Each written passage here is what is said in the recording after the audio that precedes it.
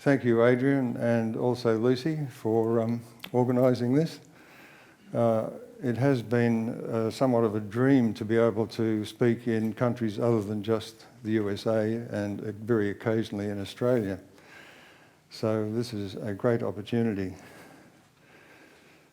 45 minutes to tell you how the universe works and give another example. The time starts now. I don't want to spend much time on this because I think it's pretty obvious to everyone here that physics is in crisis. But I put up this slide and particularly notice Dr. Sabine Hossenfelder because she's running a blog which is, I think, an excellent one. She's questioning everything they think they know. Her book there is How Beauty Leads Physics Astray. In other words, we've gone back into Pythagorean and Platonism, back into geometric simplicity, they call it. There was a lecture last year in the Perimeter Institute in Canada, which was talking about the simplicity of cosmology. And what do? They started with Pythagoras. It shows that the concentration is not on physics, it's on mathematics. The item down here saying going nowhere fast, after the success of the standard model, experiments have stopped answering to grand theories. Is particle physics in crisis? And this is by Ben Alanach, a professor from Cambridge. It is in crisis. You can see these books here are all written by experts. They're not just the public having a go at the experts. These are people who are expert in their fields. Alexander Unziker is involved in the Higgs experiments. Against the Tide by an astrophysicist, a critical review by scientists of how physics and astronomy gets done, or not gets done these days. Peter Voigt, not even wrong. In fact, the questions are not even good questions. And Lee Smolin, The Trouble with Physics. Well, let's not dwell on that. But Sabine says, so many theoretical physicists believe in ideas that do not describe reality. They risk repeating the same mistakes. Theory development in particle physics for the last 40 years has worked mostly by the top-down approach, which has worked badly, to say the least. And top-down approach is you invent a new theory based on principles you cherish and then derive what you expect to see at particle colliders at huge expense. The bottom-up way is you begin with the theories you have confirmed already and add possible modifications. And this is the approach of the electric universe, because one of the most successful models we have is that of the structure of an atom, of orbiting charged particles about a positively charged nucleus. But there's a problem, you see, because of mathematics. A mathematical theory may be confirmed, that is, the answers come out right, without any real understanding of causes and effects.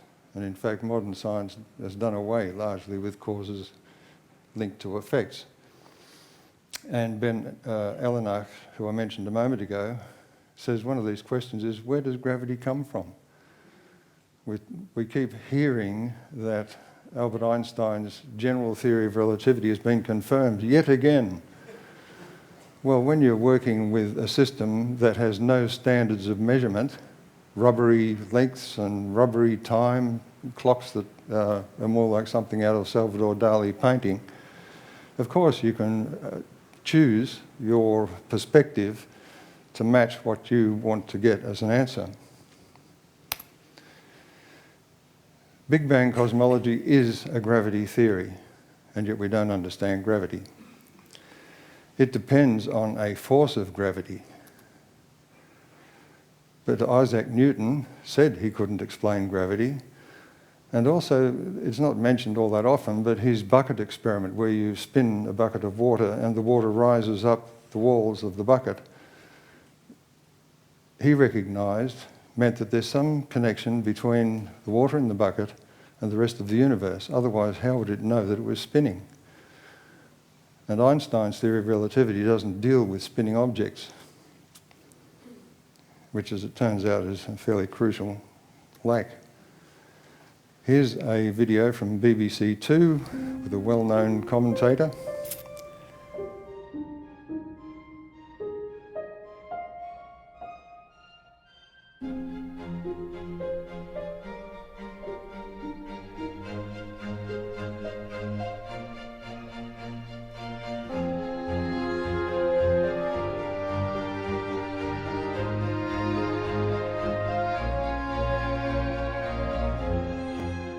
Isaac Newton would say that the ball and the feather fall because there's a force pulling them down, gravity. But Einstein imagined the scene very differently. The happiest thought of his life was this: the reason the bowling ball and the feather fall together is because they're not falling. They're standing still. There is no force acting on them at all.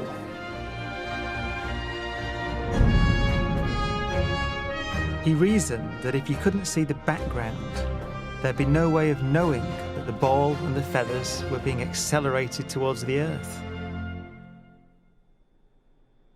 So he concluded they weren't.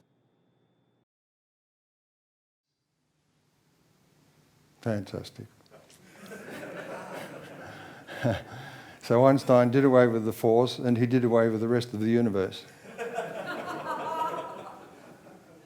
I mean, this is the kind of nonsense that we see on television, which is purported to be the most up-to-date science. It is logical, illogical, and it's nonsense.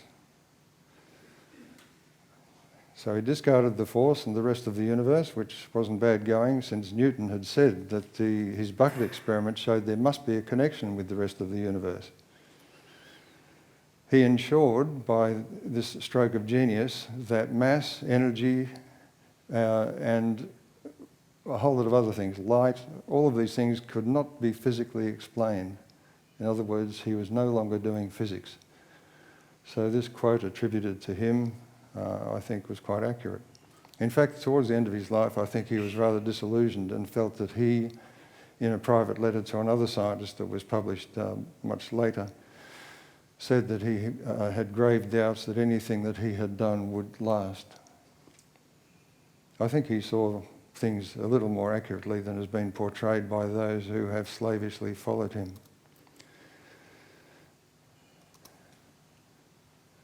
There's something critical here to understand, and that is that Newton's universal law, the form of it there is the mass multiplied between the two objects over the distance squared, it's an inverse square law, is identical to Coulomb's electric law. And nowhere in either of those equations do you see t or time registered. They are instantaneous, which suggests that the law, Newton's law, is an electrical force. In other words, they both conform to the physics of electrodynamics, which it turns out the continental scientists like Ampere, Gauss and Weber were dealing with in the middle of the 19th century and being very successful. So what happened was that Einstein forced electrodynamics to conform with electromagnetism or light and the cosmically glacial speed of light. This idea that it takes 4.5 light years for a signal to get to the nearest star and then another 4.5 years to receive an answer shows that it's a waste of time talking about the universe as a coherent system in terms of electromagnetism. The electric force operates throughout the universe and connects everything instantly. That's what that's saying. The problem, of course, with this approach using electromagnetism to dominate physics is we have isolation and disconnection. And because science is a cultural pursuit as much as a scientific one, this has a cultural effect too. It's a hopeless cosmology. It's more science fiction, and it has about all of the meaning for our lives as any other science fiction story. Maybe less. And of course, naturally, it doesn't work. Of course, one of the things that the pseudo-skeptics say, almost as a knee-jerk reaction to the very mention of the electric universe, is, show me the maths. Well, here's an equation that everyone has seen, but no one understands. Energy is undefined. All you'll read in the textbooks is that energy is conserved between electrical, heat, kinetic, and so on. Then the next thing is that mass is undefined. The philosophers are still wrestling with that one. How do you define mass? When you've disconnected all matter in the universe, the fact that something has mass remains a mystery. And also the speed of light in Einstein's system of thinking, where all observers are equivalent, doesn't matter how they're moving, means that the speed of light has no reference standard. Speed of light with respect to what? You can't measure your velocity in a car without respect to the road that you're running on. It has to be with respect to some standard. The standards have been removed, the force has been removed. It's no wonder that science sounds like science fiction these days. The simple answer is, of course, that, first I should say also that we still have this geocentric attitude towards science. So that when we establish a constant for the mass of an electron, the speed of light, the gravitational constant, they're all measured here on Earth, and then we just assume that they work throughout the universe. That's one hell of an assumption. So what does this maths relationship really mean? They're all properties of matter. So the universe is full of matter. That raises a question of what is that matter, but I'll talk about that a little later.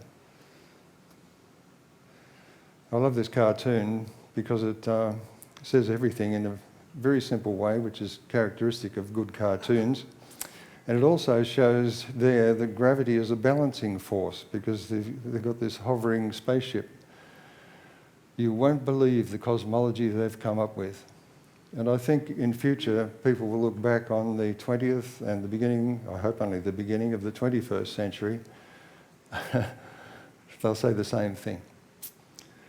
People in future will look back at this era and say, you won't believe it, what they thought then. It's even flatter than the flat Earth. So I say to people who would like to learn about the electric universe that it can be a bit of a steep climb. So you have to engage a beginner's mind and pay attention to the person who's leading you and forget the mad world below, because the world is in a kind of madness, and even this aspect of our lives comes under scrutiny in the electric universe, and there is a possible explanation for it and a possible way out. And it's a way out that I think we have to take if we're going to have a future on this planet, because right now we're very destructive, both to our environment and to each other. The electric universe re-establishes principles. It applies the principles of classical physics, because in the 19th century we were far closer to the answers, and I've only just recently discovered that we practically had the electric universe in our hands in the middle of the 19th century. So we reapply those principles, and my job, as I have seen it, is to build this picture, which has meant roaming over all kinds of subjects. In fact, the science editor of the Canberra Times some years ago dubbed me the boundary writer of science, because I'd write in letters, and I'd have even the Nobel Prize winner Brian Schmidt responding to the things I'd said, but he'd publish both and publish my responses. And it was very funny, because they had a Science in the Pub event one year, and I went along. I hadn't met this editor from the newspaper, but he was running the show, and he had a panel of scientists on a raised platform in the pub. And I raised my hand and asked a question, and he must have realised immediately who I was, and he introduced me to the audience. And he used that term, the boundary rider of science, and I thought, well, that's pretty apt. This is the other thing, of course, then, there are no disciplinary boundaries. And any cosmology must apply to any question that you can ask, because cosmology is supposed to be the umbrella under which all of science and all of our culture really operates. So if you want a real theory of everything, you can't just pick and choose one narrow specialty. The problem with modern science is that it's a cult of specialism. The other thing is, and this is the guiding principle for me, is to simplify. Nature is economical and not difficult to understand. And as I said, history shows the way. If we look back, you'll find generally that there's nothing new under the sun, that somebody else has already discovered it and been forgotten, or their contribution has been pushed to one side and history rewritten. Cosmology must illuminate all of our existence. And the result must be a coherent big picture. You don't just jam pieces in because you can force them in. They must fit and make sense of the ones around them. And this means that anyone can join in. And this is why I share where I'm up to, because this is a work in progress. It always has been. And I've made mistakes along the way and people have pointed them out and I'm happy to accommodate them if they can give me a good argument. And this is why I would say, I've sometimes said that the electric universe is the home handyman's guide to the universe, because we have people in garages tinkering with experiments, and some of them are quite sophisticated and have produced excellent results. We don't need billions of dollars spent on Large Hadron Colliders and so-called gravitational wave telescopes. I have to talk about plasma, of course, because it is an electric universe. And we're told that 99.999% of the visible universe, and I emphasise visible, is in the plasma state. And plasma is the fundamental or so-called fourth state of matter. It should probably be the first state. It's before the positive charges and the negative charges organise themselves into atoms and so on. And unlike solids, liquids and gases, plasma is highly conductive, a better conductor than copper, and responds to electromagnetic fields. But it's not a superconductor, and yet astronomers treat it as if it is. They say it traps magnetic fields. The only way you can do that is in a superconductor. So there's a mistake right at the very beginning of plasma physics.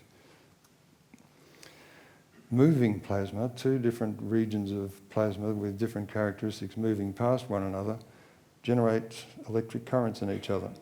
And those currents take the form of sheets, filaments and bubbles. The other thing then is that the motion of the charged particles in a magnetic field also produces radiation over large parts of the electromagnetic spectrum. So when people talk about the echo of the Big Bang, the cosmic microwave background, that word background is an assumption, because our whole galaxy is producing low energy down in that range of the spectrum. And the other thing is that it has been found that if it was background radiation, you would have a nearby large galaxy shadowing us. They haven't found that shadow effect, which suggests that it is the radiation from the electric currents within our own galaxy. Plasma cosmology is the physics of the real universe, because these people have gone right down to, talked about starting with simple models that have been well proven. And the atomic model of charged particles interacting is very well proven. And that's where plasma cosmology starts. But astrophysicists ignore it. I have here a quote from Hans Alfvén from Electricity in Space, first published in 1948. Whoops, that was odd. There was a recording there, and since...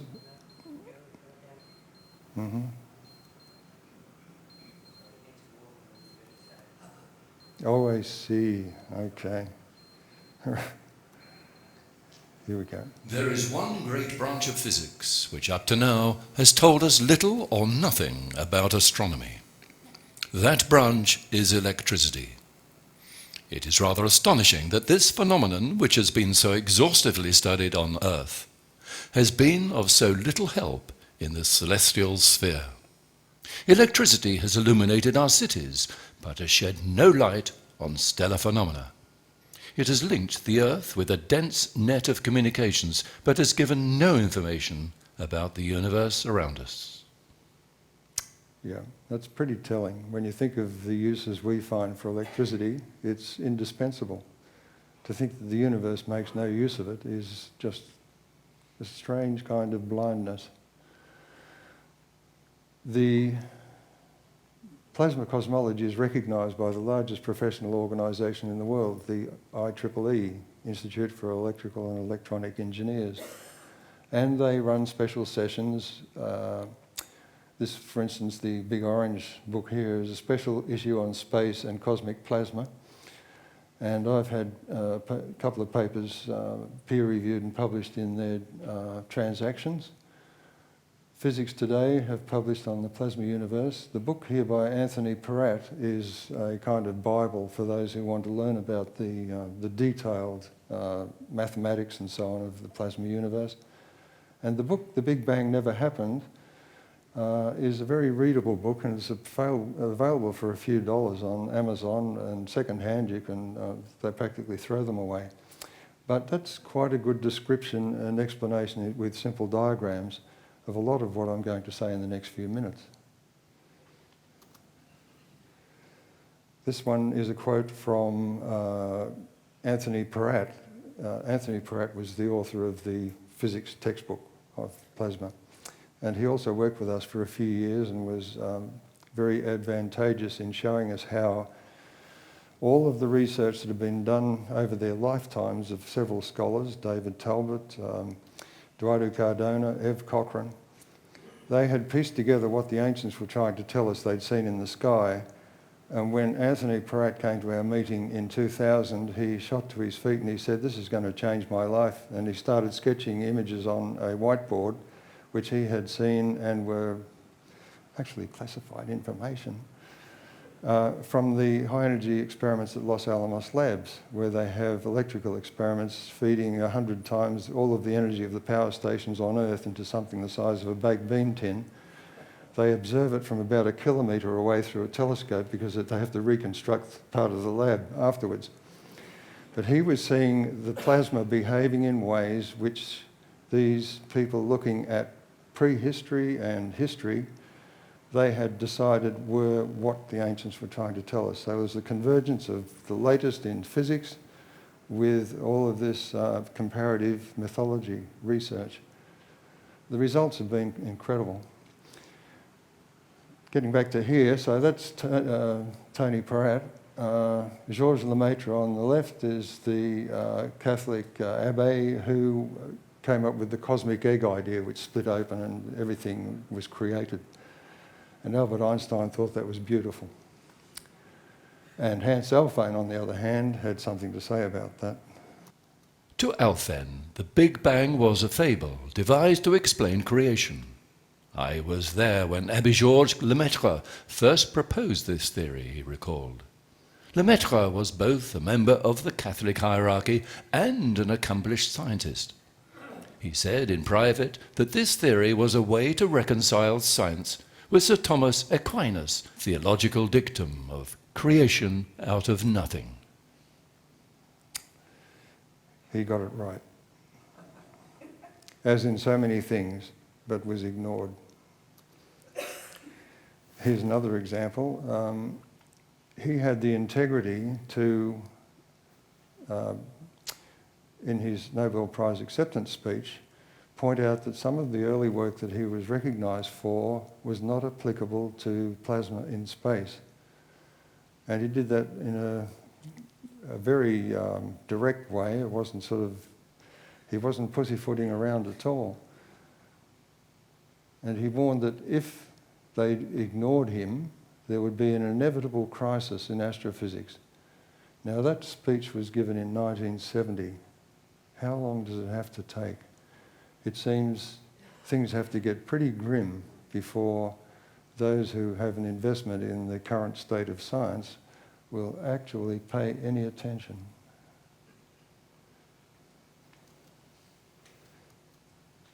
We should learn that it is unrealistic to approach a low-density plasma by considering it as a fluid.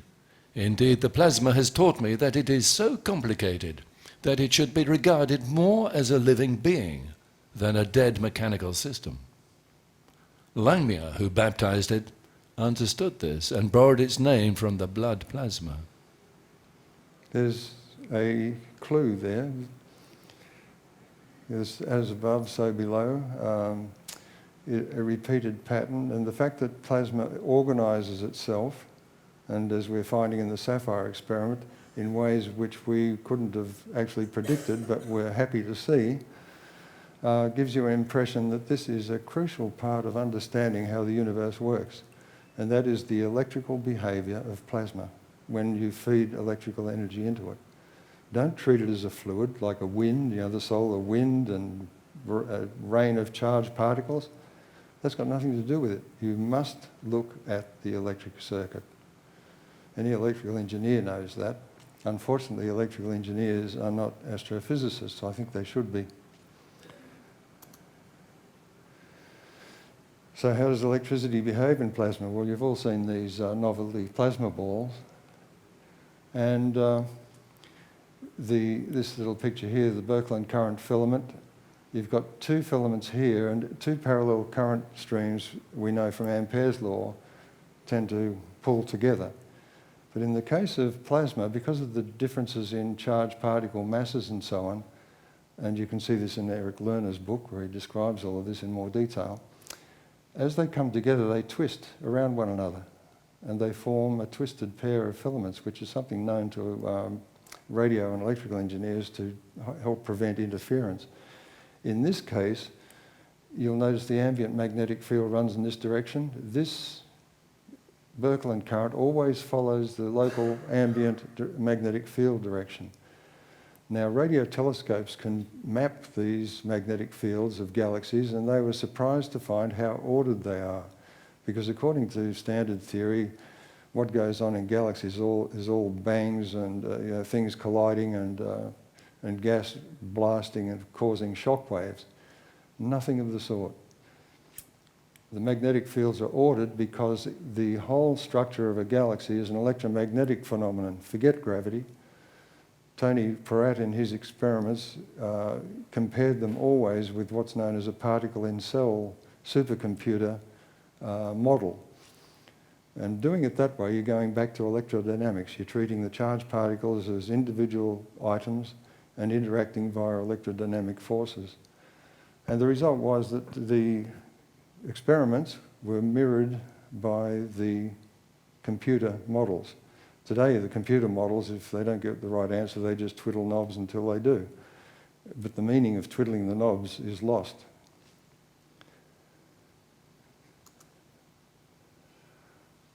Filaments in space, we've already talked about that. Birkeland was an amazing pioneer because those Birkeland experiments showed all kinds of things, rings of Saturn, sunspot migration. He was a true pioneer of the electric universe. And the other thing is that, of course, one of the reasons that the astronomers and astrophysicists have got away with what they've done is that you can't see these filaments. You need a radio telescope to pick up the magnetic signatures. They do become visible, though, where matter is concentrated. And that means that we can see these things and try and analyse what's going on. But the other thing is, of course, that it was a surprise to astronomers to find out that the structure of the universe is filamentary. It looks like a cosmic web that's been called. Well, the reason for that is that it's threaded by these Birkeland currents. And following the Birkeland currents allows you to trace the circuit. And that's what Alfvén said, that was crucial. Here's Alphane on the left, Tony Peratt in the middle, and Eric Lerner. This is from Eric Lerner's book, The Big Bang Never Happened. And this diagram here shows what happens on a cosmic scale. This is the birth of a spiral galaxy. Where you have pairs of filaments intersecting, they draw together and they continue to draw together, and as they do, they rotate around one another and they form spiral galaxy formation. Naturally, there's no magic involved. This is a natural form of the electric universe. Over here you see cross-sections taken at various points, matching the colours. You see this pattern forming. And the simulations in the supercomputers showed exactly the same form. So this is, this has been known for decades, but astrophysicists ignore it. And over here, of course, this is looking down the barrel of an actual forming galaxy, where you see the core of the twin filaments lit up and the spiral tails of each one forming.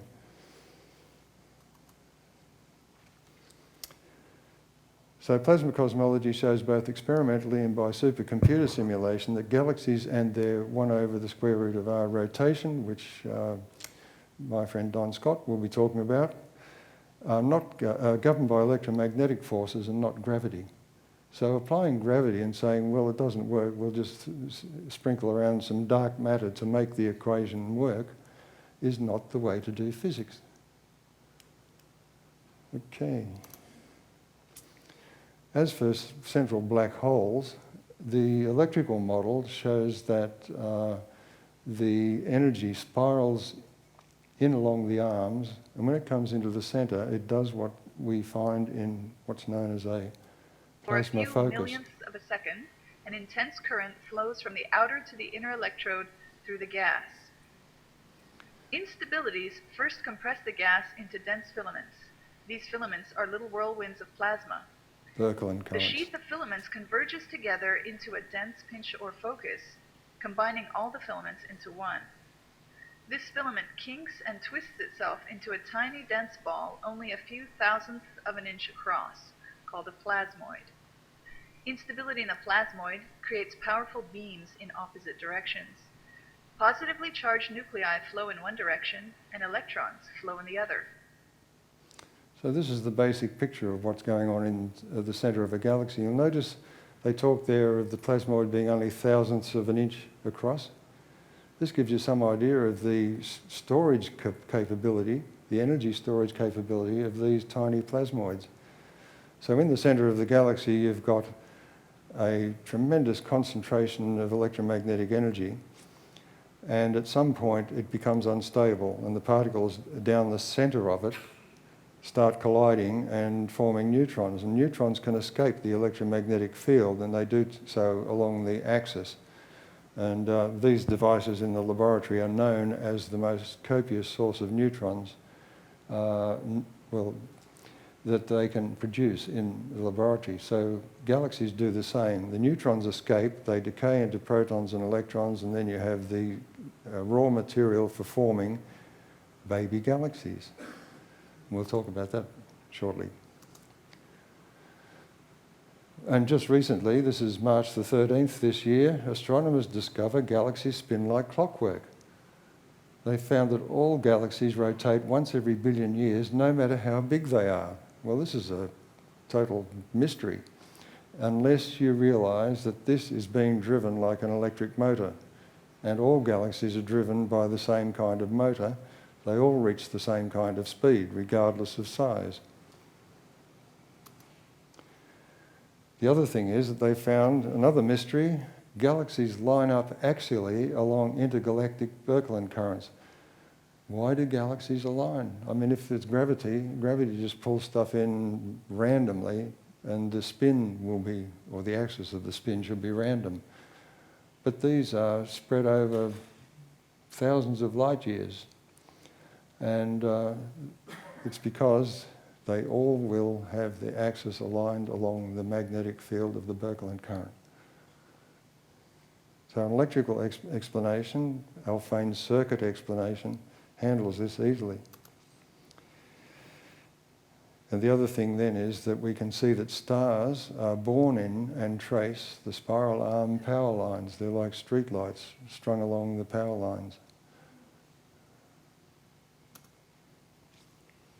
So electric galaxies, plasma cosmologists have calculated that the rotation of the galaxy in the ambient magnetic field is like an electric generator and will induce a current in the spiral arms of the order of 1 billion amperes. This gives Alfvén circuit. You see the current flows out along the jet and comes in, completes the circuit. Now, the electric universe goes further than Alfvén did because he considered stars as the generator and galaxies as the generator. We see these as loads in an electric universe. So in other words, we're supplying power to them from outside. We've already said that. The plasmoid sits there storing it, and it exhibits strong gravity due to the relation between energy and mass. If you've got a very concentrated form of energy storage, it will exhibit, according to E equals mc squared, intense mass. But there's another aspect to it too, is that it's rotating. And a rotating object, when you understand electric gravity, will exhibit a very powerful attractive force which has to do with the polarization of gravity. So there's two things combined there. But black holes don't exist. They're a mathematical mistake, like dividing by zero, the schoolboy howler. And I recommend that if you want to know more, see Eric Lerner's book for a readable explanation. Now, Hans Alfvén actually predicted this is how stars would form. They form along current filaments in molecular clouds. It's like lightning within a cloud. And they form along the cloud like pearls on a cosmic string. This was a surprise too, because gravity doesn't tend to pull things together in a string. It pulls them together in clumps. Once again, gravity can be ignored. Ionized elements convect inwards from the molecular cloud along the filament towards the axis of the filament. And it's a long-range electromagnetic ion pump. It pulls in the charged atoms, the nuclei of atoms, in towards the central axis. And depending on where they pick up an electron and become neutral, that's where they stop. So it sorts the elements according to their ionization potential. The result is you get a cool core of heavy elements to form the centre of the object, and on the outside you get hydrogen and helium. They're the ones that drop off the pump action first. Now this is important because stars don't have centres of hydrogen, so there's no thermonuclear activity. Said that. All stars have a cool planetary body as their core. There is no activity going on inside a star. The spin is imparted to the stars, and not only stars are formed, bodies of all different sizes, so planets are formed at the same time in the same fashion. None of this nonsense about a cloud of rubbish around a star, leftovers, forming planets. I mean, how do you do that? They've never been able to show how that works. It will remain a disk just like the rings of Saturn. This is a paper that was published which showed that the scientists have discovered how this happens. Here you have this filament, and remember the plasma ball we saw before with the filament snaking around? Well, this filament snakes around. It curves this way 1 minute, and over here it's straight, and then it begins curving the other way. This is the star forming, the core, protostar here. It's still moving with the filament here, but here it's picked up a certain amount of mass and the filament has started to change direction. It's coming back again. And in that case, the star is left behind, but it's got the original impetus of this filament. Tony Pratt explained it as like scattering like buckshot. This is what they observe. So you have stars and planets all being shot out fairly close together, so that when this is gone, as it moves away, the stars and planets are left to form gravitational planetary systems. And as Hans Alfvén said, gravitational systems are the ashes of former electrical systems. So this is why we can treat the solar system purely as a gravitational system and forget about electromagnetism when things are running like clockwork. It's a different thing if they're not. So there's evidence for planet birth. It's revealed a great abundance of faint brown dwarfs and isolated planetary mass objects in the Great Nebula of Orion. And this is the deepest view ever of this region and reveals more very faint planetary mass objects than expected, because they don't expect planets to form at the same time as the stars. We do. Here's a stellar circuit. This is where the Birkeland currents are actually lit up because there's sufficient mass and sufficient current density around this star to make it visible. And you'll notice they're concentric cylinders, but they're pinched down where the star is. I won't talk about the flyers. They're just a detail which the electric universe explains, but which astrophysics just doesn't understand. So the sun's environment, now I published this back in 2009, I think it was. Over here,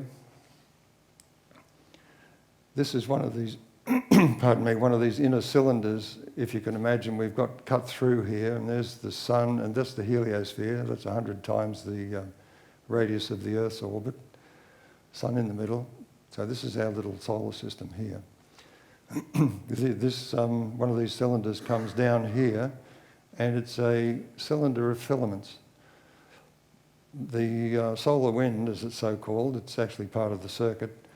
The charged particles come out here. They collide with the electrons in the galactic filament, and some of them get turned around, and they collect an electron and become neutral.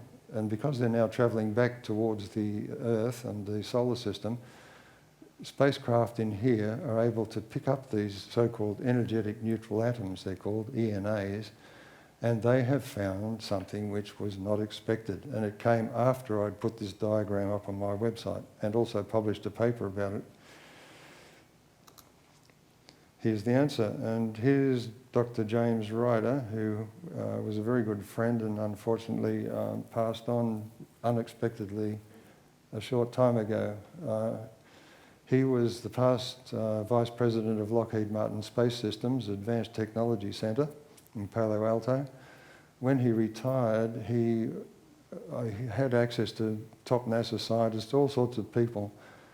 But he came along to our meeting in 2012 and talked about the experiment that he was particularly involved in. That's the Interstellar Boundary Explorer experiment, NASA's IBEX experiment. And this is the one that was looking at these energetic neutral atoms coming back from beyond the solar system. And what did they find?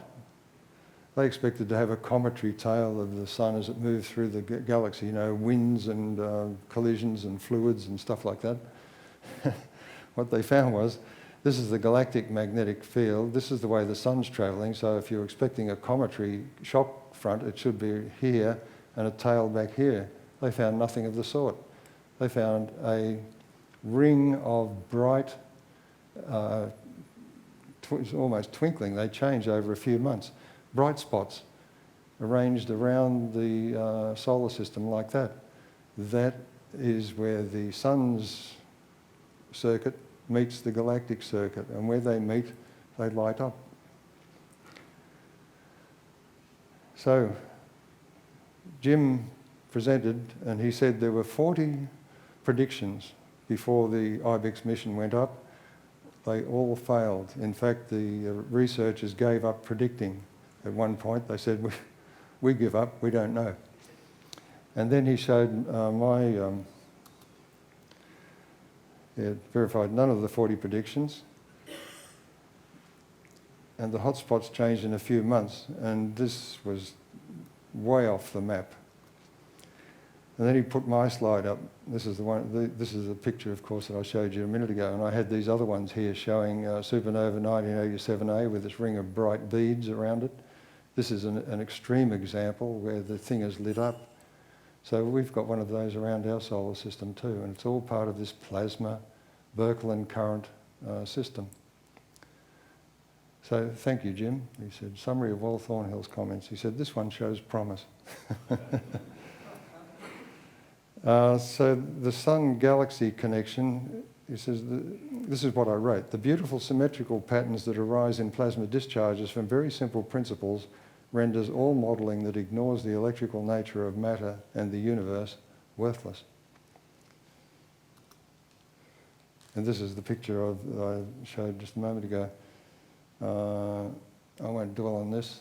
And this is the paper I published in the IEEE Transactions in August 2000 and... I can't read that. 7. Yeah.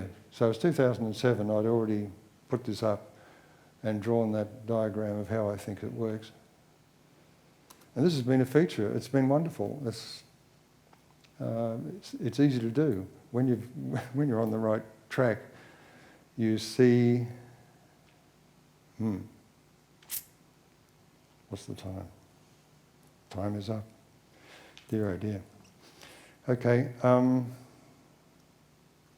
That, by the way, just quickly, that last one was a spectacular example of the circuit surrounding a star. It shows all of these filaments are the Birkeland filaments of the galactic current, and they come into the pinch here, and these are double layers, which will be talked about in the SAPPHIRE experiment and so on. These are very important, and they're where cosmic rays and that are accelerated, and they've actually been discovered near our solar system. So 45 minutes wasn't quite enough to get to the end of this, but tomorrow I'll be talking about where this is heading in the future, and that's probably of more interest than hearing what you've probably seen on YouTube videos over the last few years from me. That's where I really go out on a limb. So thank you very much. Thank you.